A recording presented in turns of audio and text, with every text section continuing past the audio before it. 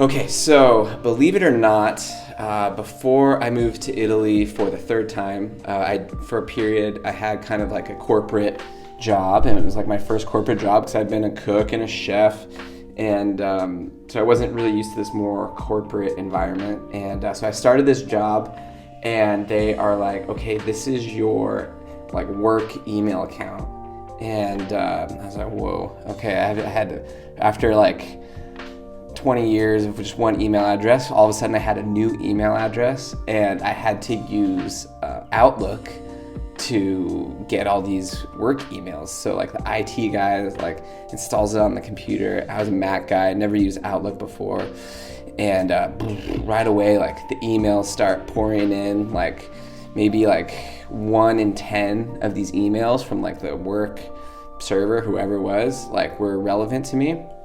And I hated Outlook. It was just like, ugh. It was all of a sudden like being given like an Android phone out of nowhere, and like, okay, here, you have to use this as well as your iPhone. I was like, no. So after a little while, I just, I deleted Outlook, and I just stopped opening up the work emails, which turned out to be a huge boon to me, because I was new enough, it happened fast enough that like no one ever expected me to reply to an email. So at first, people were like, oh, did you get that email? I'd just be like, oh, no. And then they would just tell me what I needed to know in the email. And then as the months dragged on, okay, some of my coworkers started helping me, like, okay, Andy, this is something very important. You do need to like RSVP. And they would even like RSVP for me. They're like, yeah, Andy will be there too. He doesn't get emails. So that's fine. And as it went further along, okay, it got even more it was just like, that was my vibe. Like, you couldn't get me by email. It was great because if people needed something from me, they came to me personally. They would just come and be like, okay, Andy, like we need to do this, this, and this. And it was such an efficient way of working, because people would like be trying to like plan events over email, and think about like how many times you've like rattled off an email just to kind of start a process going, when you really should have been sat down, done some thinking, planned out what you wanted to say. But instead you just like, okay, because email's easy, you just like start rattling off emails, and like it's a very inefficient way to kind of consolidate ideas and like develop projects or events. It's horrible, actually. So anyway, so if people wanted something from me, they would come find me personally, and we would actually talk in person and get things done in a matter of minutes. And I never had to be a slave to these emails, like constantly replying, it's like no threads, nothing.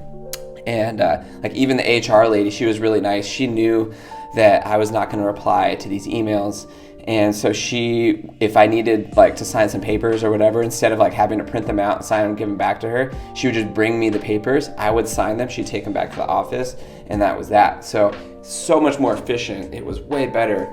And, there's a channel about Italy, and to relate that to Italy, you'll notice living here, no one has really unanimously accepted emails as a means of communication. And actually, if you kind of look closely, it's kind of like no one in Italy, there's no set modes of communication. There's no one way you can reach anybody, right? Like some businesses have phones and they answer them, but some do not, right? And some businesses have emails, they will reply to you, some will not. Some people have WhatsApp, you can get them on that, but the reply time varies greatly. I think the one really effective, the most common means of communication is like leaving people voicemails, which I really like actually, because you can just say everything in a 1-minute voicemail. And then I like to just reply to those voicemails with like thumbs up or like a simple text reply.